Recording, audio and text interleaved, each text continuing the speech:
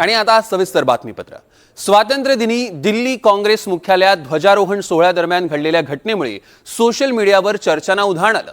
वंदे मातरमची 2 कडवी गाण्याची प्रथा असूनही काँग्रेस कार्यकर्त्यांनी वंदे मातरम गायला सुरुवात करताच ते थांबवलं नाही। कार्यकर्ते संपूर्ण वंदे मातरम गात असल्याचं पाहून राहुल गांधी आणि सोनिया गांधी यांनी ते थांबवण्याचा इशारा केला। या व्हिडिओनंतर सोनिया गांधींनी वंदे मातरमला विरोध केला असा दावा सोशल मीडियावर करण्यात येत होता। मात्र सोनिया गांधी खरगेंसाठी खुर्ची मागत होत्या असं स्पष्टीकरण आता काँग्रेसने दिलेलं आहे।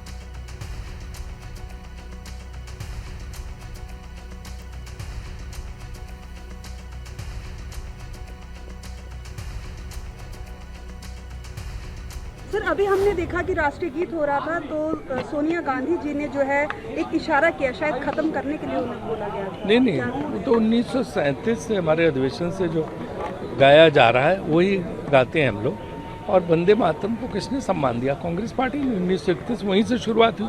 बीजेपी ने तो भाई बंगाल चुनाव में चुनाव के लिए खाली लिया था, इसके पहले तो वंदे मातरम कभी गाए नहीं। नमस्ते सदा वत्सले मातृभूमि में गाते थे।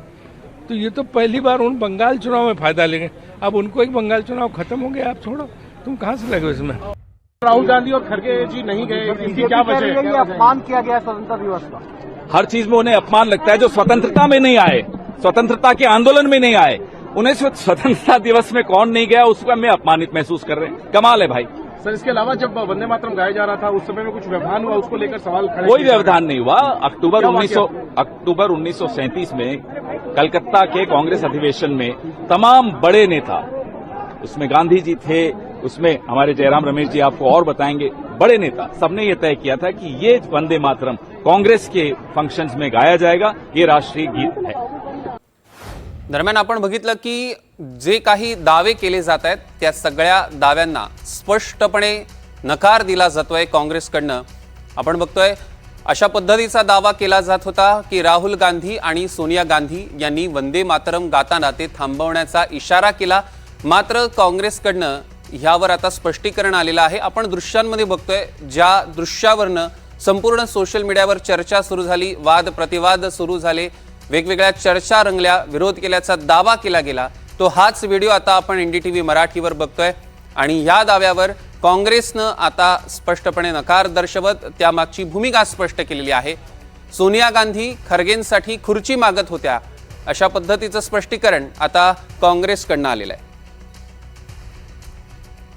भाजपचे नवनाथ बन आपल्यासोबत जोडले गेलेत। नवनाथजी, आपण बघतोय एक सध्या व्हिडिओ सोशल मीडियावर व्हायरल होतोय आणि त्यात वंदे मातरमला सोनिया गांधींनी विरोध केल्याचा दावा करण्यात येतोय, तुमची काय प्रतिक्रिया आहे? अतिशय संतापजनक असा व्हिडिओ आहे। ज्या पद्धतीनं वंदे मातरम संपूर्ण म्हटलं पाहिजे याबद्दल विधेयक झालं, त्याला सर्वांनी मंजुरी दिली आणि त्याच्यानंतर काँग्रेसची मानसिकता समोर आली आहे की यांना देशासाठी एक 40 सेकंद 50 सेकंद थांबायला वेळ नाही का? जेव्हा हे वंदे मातरम संपूर्ण सुरू झालं, सोनियाजी गांधी अस्वस्थ झाल्या, राहुल गांधी अस्वस्थ झाले, मुकुल वासनिक अस्वस्थ झाले, ही काँग्रेसची मानसिकता आली आहे। कारण काँग्रेसला वंदे मातरम नकोय। खरं तर वेद मंत्राहून आम्हा वंदे वंदे मातरम म्हणून या मंत्राने देशाला स्वातंत्र्य मिळालं।